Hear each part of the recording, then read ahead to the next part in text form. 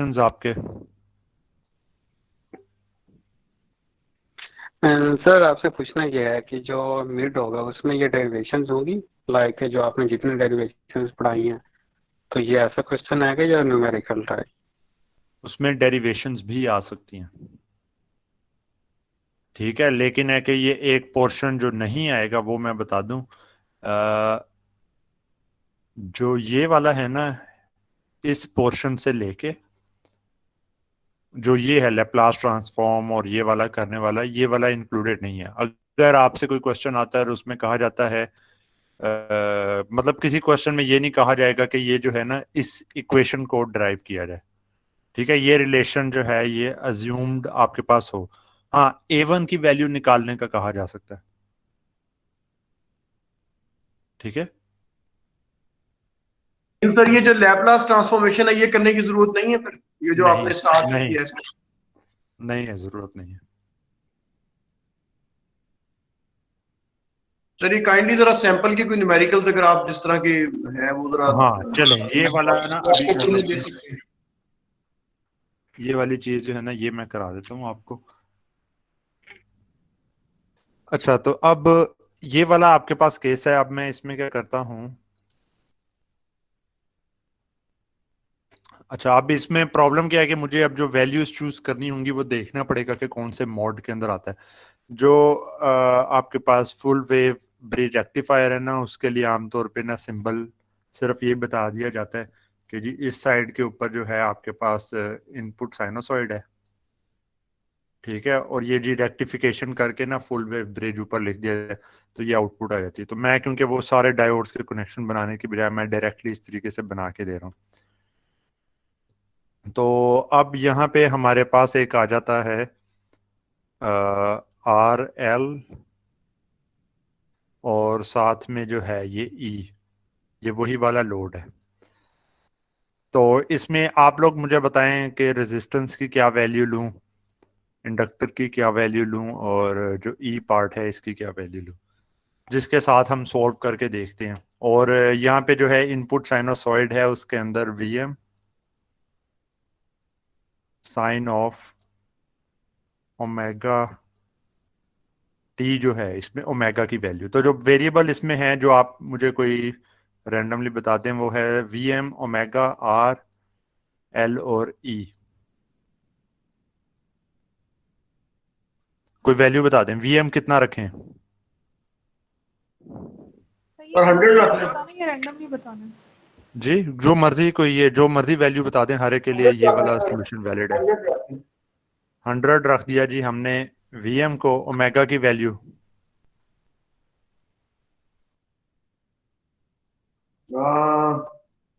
Sir 20 रख लें। 20 omega की वैल्यू को रख लिया। आर की वैल्यू 5 रख लें। चलें 5 कर लिया। अब एल, ये 5 ओहम है। ओम्स, हाँ जी, ये 10 रख लें सर। नहीं, ये 30। 300 ये आमतौर पे ना वो जरा प्रैक्टिकल रेंज में 300 हेनरी कह रहे हैं। ठीक है, 300 हेनरी कर लें। 300 हेनरी बहुत ज्यादा हो जाता है। 0.3 तक की जरा कोई रियलिस्टिक वैल्यू है। 0.3 हेनरी कह लें। 300 मिली हेनरी करना। हाँ, तो वो 0.3 हेनरी हो गया ना। और जो बैटरी है ये सर थोड़ी सी ज्यादा कर दें पीछे। 15। 8 वोल्ट। ये 100 वोल्ट का Vm है, तो उस हिसाब से जो है ना, जो एक जरा चैलेंजिंग किस्म की चीज बनेगी वो इसको 50 तक रख लेते हैं, ठीक है। अब 100 से ऊपर अगर इसको करेंगे, चले, वो भी एक प्रॉब्लम बन जाती है। पहली प्रॉब्लम मैं सॉल्व कराता हूँ कि जी ये 110 है वोल्ट, ठीक है। सर आप पहले नॉर्मल केस ही रख लें जरा। नहीं नहीं, पहले पहले ये देखें ना, इसका सोल्यूशन बड़ा आसान है। इसलिए 110 वोल्ट आ गया, ठीक है। तो पहली चीज आपने जो चेक करनी है वो, और आपको जो है लेट्स से ये चार्ट गिवन है और आपसे पहले चीज पूछी गई है, बताएं सीसीएम में है कि डीसीएम में है। सीसीएम और डीसीएम, ठीक है। तो सीसीएम या डीसीएम मोड के अंदर है और आपसे जो है पूछा गया, तो एक्स की वैल्यू तो हम पहले ही देख लेते हैं, ई ओवर वी एम है, वो आपके पास आ गई 1.1, ठीक है।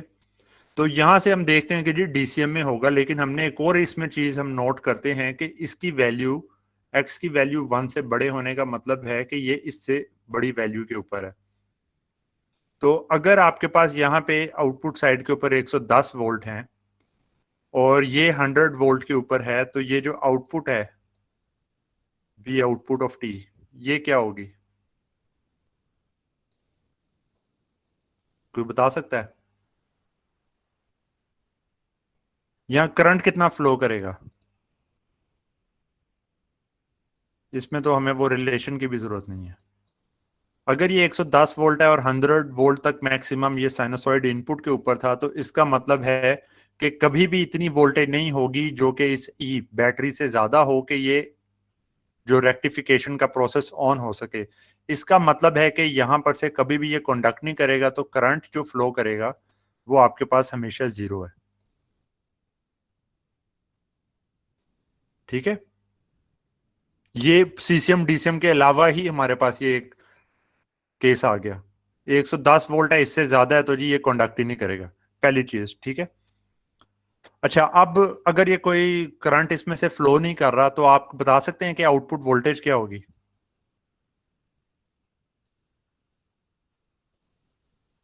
सर इतनी इनपुट दी हुई है, अपनी आउटपुट आ जाएगी मसलन सर 100 VPM है ना, तो 100 ही आएगा फिर। अच्छा, कितने कह रहे हैं कि जी ये 100 वोल्ट होगी output? Sir zero zero volts होंगे।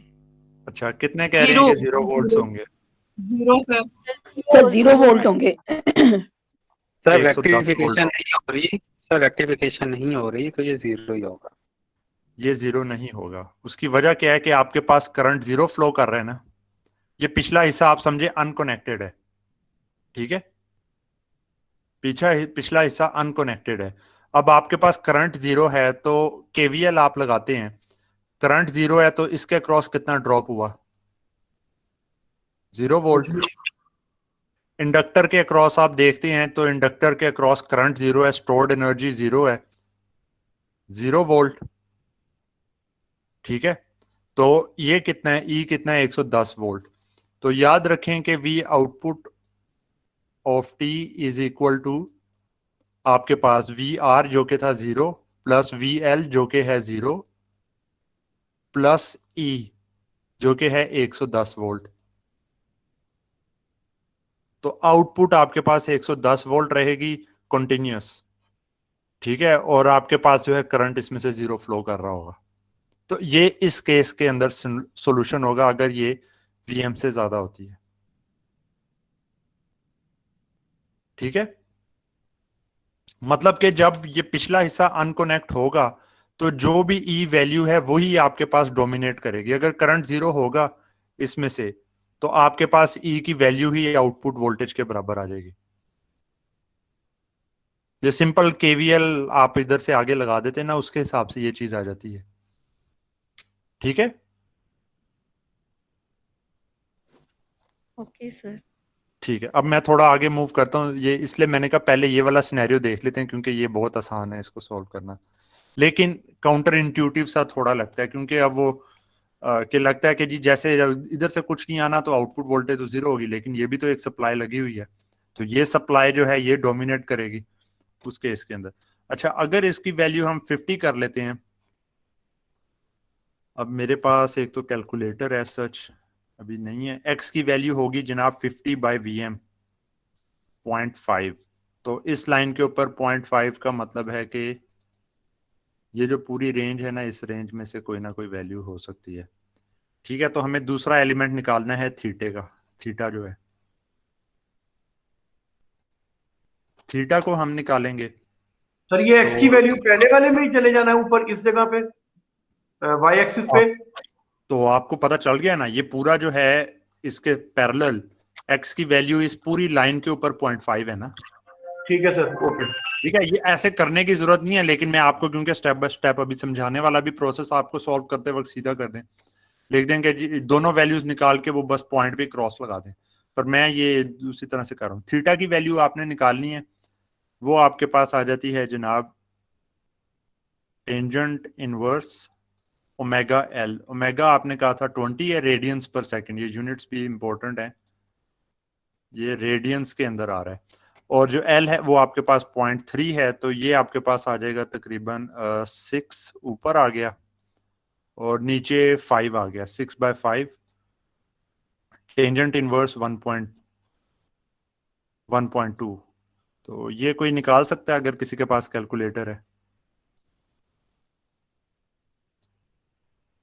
1.2।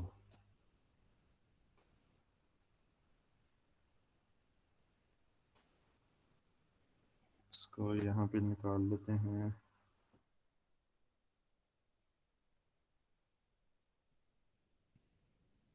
क्या आता है? 0.876 रेडियंस। अच्छा, आप नोट करें कि मैंने जो निकाला है ना, मैंने रेडियंस के अंदर निकाला है, 0.876 रेडियंस के अंदर। रेडियंस में क्यों निकाला है? क्योंकि ये चार्ट मुझे रेडियंस में गिवन है, तो मैं इसको ना रेडियंस के हिसाब से कर सकता हूँ। ऐसे ना हो कि आप इसको कैलकुलेटर के ऊपर, और कैलकुलेटर लेके आए या अपने पास रखे हैं, बल्कि ऑनलाइन है तो अपने पास कैलकुलेटर रखें, क्योंकि इसको जब सॉल्व करना है तो आपको ये कैलकुलेटर के बगैर ये मसला होगा। इसमें 0.876 हो गया, तो जनाब थीटा की कोई तकरीबन ये वैल्यू आ गई। तो बाय चांस, बल्कि नहीं ये होता है, बाय चांस हमने जो ये सॉल्व किया ना, हमें पता चला कि हम जो है वो डीसीएम मोड के अंदर है। पहला हिस्सा आपने कर लिया इसमें, ठीक है।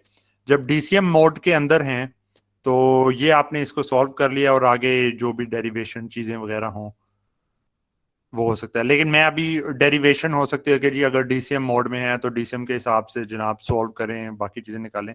पर मैं एंड में जो है इसी से रिलेटेड ना 2-3 प्रॉब्लम्स और बना के उसको सॉल्व कर लेता हूँ। लेट्स से ये हमारे पास पूरा एक रिजल्ट आ गया थीटा और एक्स का, और आपने मोड ऑफ ऑपरेशन यहां पर से निकाल लिया।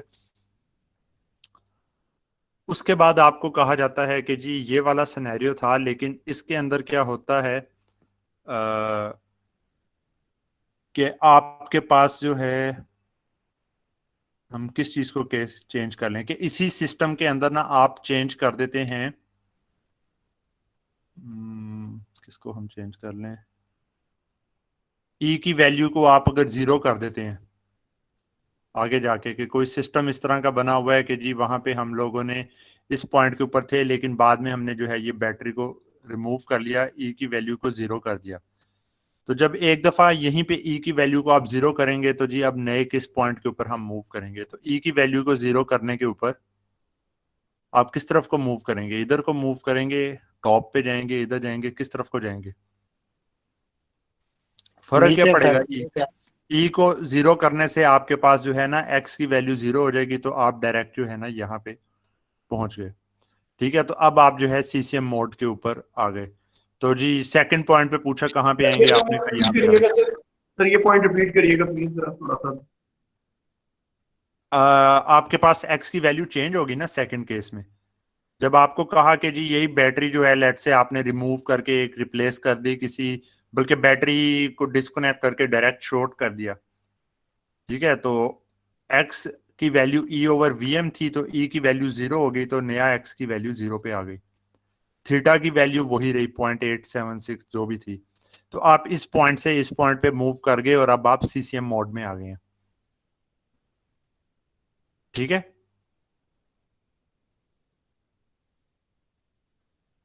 क्लियर? Okay sir. ठीक है।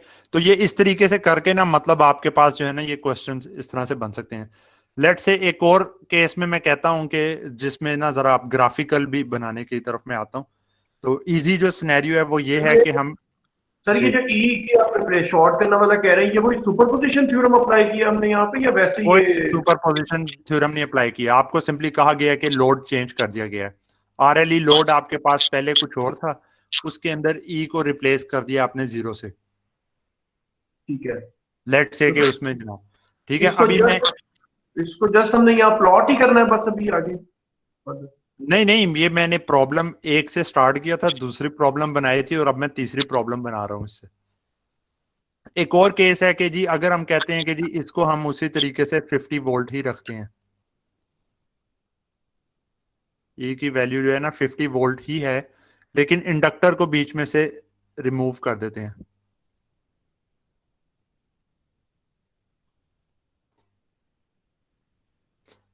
ये 5 ओम ही है, ये 50 वोल्ट ही है, और अगर इंडक्टर को खत्म कर देते हैं, अब हम किस डायरेक्शन में मूव करेंगे? इस पॉइंट से।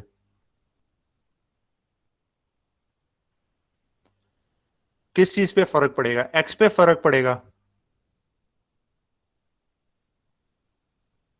या थीटा पे फर्क पड़ेगा? इंडक्टर अगर खत्म हो गया सर तो थीटा क्या पे होगा? पड़ेगा, एक्स तो ई अपॉन वी एम ही है, वो तो आपका हाँ, 50 वही है। सही। तो थीटा की क्या वैल्यू हो जाएगी? थीटा हमारे पास जीरो। जीरो हो जाएगा, क्योंकि प्योरली आपके पास रेजिस्टिव है। आप इस पॉइंट पे पहुंच गए, और अब अगर इस पॉइंट के ऊपर आपको कहा जाता है अच्छा जी थीटा मतलब कि आपके पास जीरो आ गया, आप कौन से मोड में हैं? आप हैं डीसीएम के अंदर। थीटा हमारे पास आ गया जीरो, डीसीएम मोड में है। और अब आपको कहा जाता है कि जी आप ना इसकी जरा बराए मेहरबानी करंट का प्लॉट कर दें। तो करंट का प्लॉट करने के लिए अगर आपके पास ये वाला रिलेशन, चले मैं दोबारा लिख देता हूं। ओरिजिनल रिलेशन आपके पास अगर गिवन है तो उसके हिसाब से हमारे पास i zero of t is equal to V m over G sine of omega t plus theta plus A one e to minus R over L t minus E over R है। ठीक है, ऐसे ही था ना? तो अब बताएं कि जी अगर थीटा हमारे पास जीरो होता है या एल की वैल्यू अगर आप जीरो करते हैं तो ये रिलेशन किस चीज में कन्वर्ट हो गया? लिखवाएं मुझे कोई। वी एम अपॉन जेड और साइन ओमेगा टी रह ठीक है, जाएगा पहली थीटा। चीज है जेड जो है ना, जेड तो आपके पास अब आर के बराबर रह गया, तो 100/5 आपके पास आ गया यहाँ पे 20।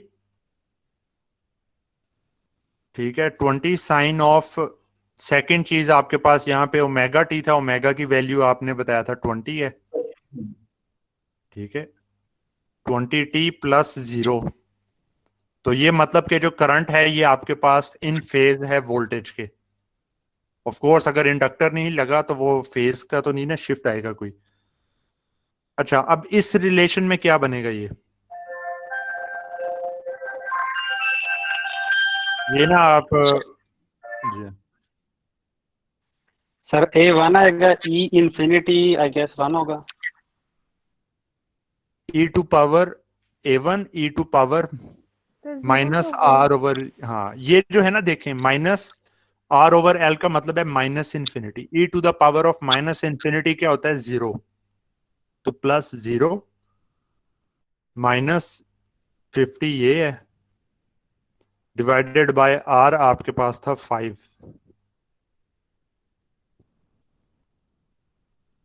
माइनस 10। तो ओवरऑल जो है करंट आप अगर इसमें देखें ना तो वो ये आ गया आपके पास। ठीक है, 20 साइन ऑफ 20t माइनस 10। अब ये ड्रॉ करने के लिए जगह इतनी बची नहीं है कहीं पे, तो ये इस केस में तो A1 आपको जो है निकालने की भी जरूरत नहीं है। अगर स्पेसिफिक ये वाला केस आ जाता है, ठीक है, तो वो जितनी उसकी कॉम्प्लेक्सिटीज हैं वो सारे रिड्यूस होगी। ये इसको ड्रॉ करना हो तो ड्रॉ किस तरीके से आप करेंगे?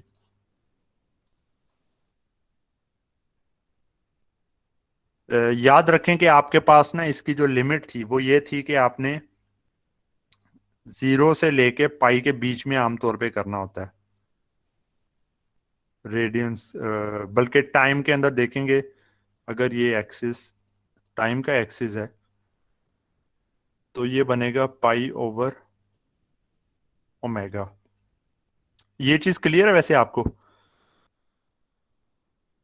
टाइम के एक्सिस के अंदर अगर रेडियंस में लेंगे तो 0 से ओमेगा है, ठीक है, और अगर आप टाइम के अंदर लेंगे तो क्योंकि ओमेगा टी आपके पास इस पॉइंट के ऊपर पाई के बराबर है, तो टी की वैल्यू आपके पास आ जाती है पाई ओवर ओमेगा इस पॉइंट तक। तो उस पॉइंट के दरमियान में जब आपने बनाना है तो आपको पता चला कि जी जो करंट की वैल्यू है 20 साइन ऑफ दिस वन, उसका रिलेशन कुछ इस तरह से बनना था। ठीक है, तो वो यहां से करके इस तरह से जा रहा है और ये वैल्यू आपके पास आनी थी 20। लेकिन अब आपके पास क्या होगा, इसमें से 10 जब आपने सब्ट्रैक्ट कर दिया तो ये पीक इसकी स्टार्ट होगी 10 से। नहीं, ये कलर नहीं ठीक चूज किया।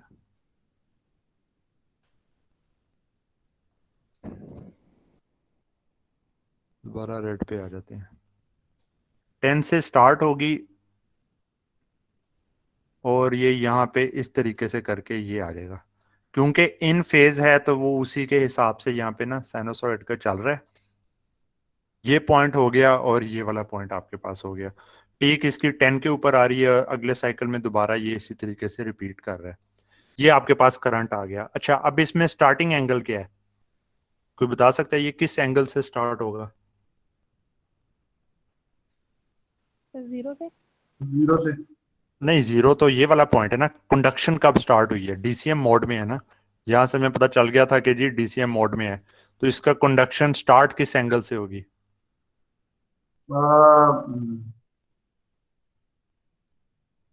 Sir sir 20 alpha minus find 10। Out करना पड़ेगा। ऐसे नहीं निकलेगा जी। क्या कह रहे हैं?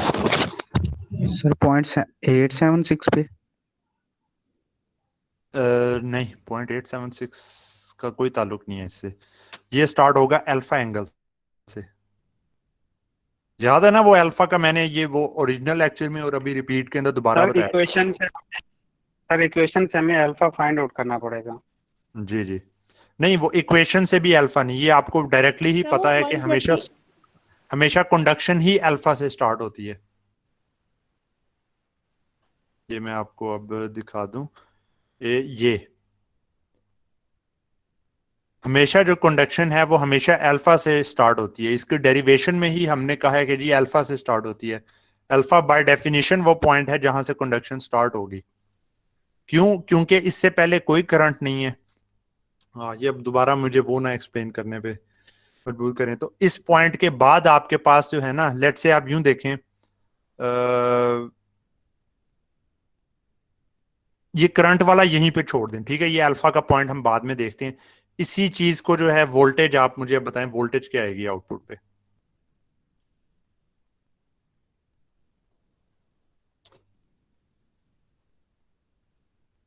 वोल्टेज क्या है, कैसे आएगी?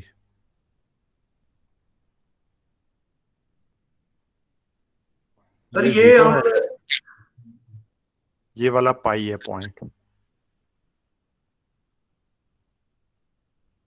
आउटपुट वोल्टेज क्या होगी?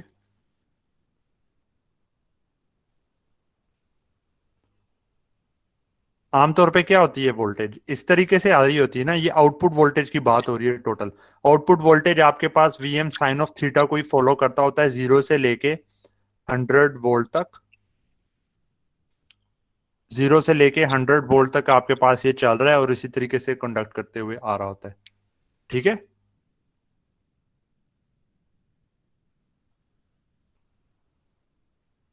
ये इधर एक तो ना ये चार्ट्स के अंदर भी, ये मैं बड़ा सा क्लियर करके दोबारा बना लेता हूँ मेरे ख्याल में ना। ये बाकी इसी चीजें साइड पे रखें, कोई एक ब्लैंक स्लाइड लेके ना उस पे मैं क्लियरली कर लेता हूँ, क्वेश्चन आंसर वाली पे कर लेता हूँ ये, क्योंकि इंपॉर्टेंट है कि ये चीजें ना आपको क्लियर हो। अच्छा जी, अब मैं यहाँ पे ना बिल्कुल एक बड़ा सा ये वाला पोर्शन करके,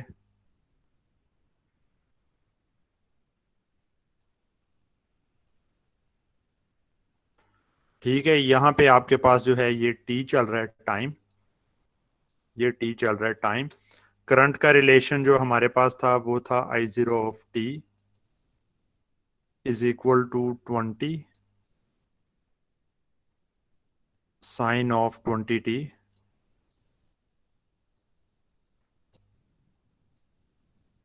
माइनस 10 एम्पेयर। ठीक है, लेकिन आपने खाली ये बता दिया ना, तो आपको साथ में ये भी बताना है कि ये करंट किस रेंज में वैलिड होगा। इसकी वैलिडिटी होगी 4 ओमेगा टी किस रेंज के अंदर हो। ठीक है, वो इंटरवल निकालना जो है ना, वो यहाँ पे ज्यादा प्रॉब्लम है। तो उसके लिए हम क्या करते हैं, अभी कुछ नहीं करते, हमें पता है लेकिन कि किसी पॉइंट से ये स्टार्ट हो के किसी पॉइंट तक ये चलेगा, और यहाँ पे आपके पास टाइम जो है ना पाई बाय ओमेगा है, ये 0 है, ये कोई एक एंगल बनेगा। फिर आगे हम ना, और अगर ये -10 इसमें से ना करते ना, तो ये इस तरीके से करके इसने होना था। अच्छा जी, तो उसके बाद ये था हमारे पास आई ऑफ टी। ये पीक वरना होनी थी जनाब 20 एम्पेयर, लेकिन एक्चुअल जो करंट होगा उसके अंदर पीक आपके पास आ जाएगी 10 एम्पेयर के ऊपर। ये जो बिल्कुल इसके सेंटर के अंदर पॉइंट है, ये आपके पास π/2 ओमेगा के ऊपर है। अगर हम ये रेडियंस में ले लेते हैं तो ये आपके पास सिंपली जो है ना π/2 के बराबर होगा। यहां तक तो चीजें क्लियर है ना आपको? सर एक क्वेश्चन था, आपने जी। जब करंट का बताया था कि जब नॉर्मली अगर 10 को माइनस नहीं करे तो वो आपकी जो डॉटेड वेव है आपने उसे शो किया हुआ है, तो सर कंडक्शन के लिए आपने उसका वो एंगल ही नहीं रखा। इट्स मीन अगर -10 नहीं होता तो इसका 0 से स्टार्ट हो रहा है। इसने 0 से ही स्टार्ट होना है, क्योंकि आपको याद होगा कि हमने जो पहली सबसे बड़ी अजम्पशन ली थी कि ये ग्रेटर देन इक्वल टू 0 है, नेगेटिव नहीं होगा। ठीक है, तो आप इसी केस के अंदर अगर आपने निकालना है ना कि किस पॉइंट पे होगा, तो आप I0 ऑफ टी की वैल्यू को 0 प्लेस करके इसमें निकालें टी की किन वैल्यूज के ऊपर होता है। ठीक है, आपके पास जो है ना वही एक रिजल्ट आएगा, वो आप निकाल सकते हैं कि जी ये इसमें आ जाएगा जी, किसके बराबर है, जिस एंगल पे आपने निकालना है ना साइन ऑफ, उस एंगल को अल्फा कहते हैं, वो आपके पास x के बराबर होता है, और x आपके पास था 0.5। ऐसे ही था ये चीजें जो है ना ये। हाँ, तो यहां से आप वो अल्फा एंगल निकाल लेंगे जो कि आपके पास आएगा साइन इनवर्स 0.5। इसको कोई निकाल सकता है रेडियंस में क्या वैल्यू है? सर ये 60 तो पाई बाय आई थिंक सो 3 आएगा ये। π/3 के ऊपर, हाँ π/3, let me think, yes I think so. Sir मैं ये क्वेश्चन नहीं यहाँ पूछ से रही बढ़ते थी, बढ़ते, हाँ मैं ये जी पूछ जी। रही थी अब जब सर हम 20 को कर रहे हैं ना, -10 नहीं कर रहे करंट में, कि जब 20 जी। की लाइन आपने बनाई है तो वो नहीं नहीं नहीं, डॉटेड से आपने। वो करंट की वेव फॉर्म है ही नहीं। ठीक है, करंट की अच्छा वेव फॉर्म ठीक है है 20 ऑफ दिस -10। ये तो ठीक है ड्रा करने के लिए एक इंटरमीडिएट स्टेप है कि ताकि हमें अंदाजा हो ना कैसे ड्रॉ करना है। ठीक है सर ओके।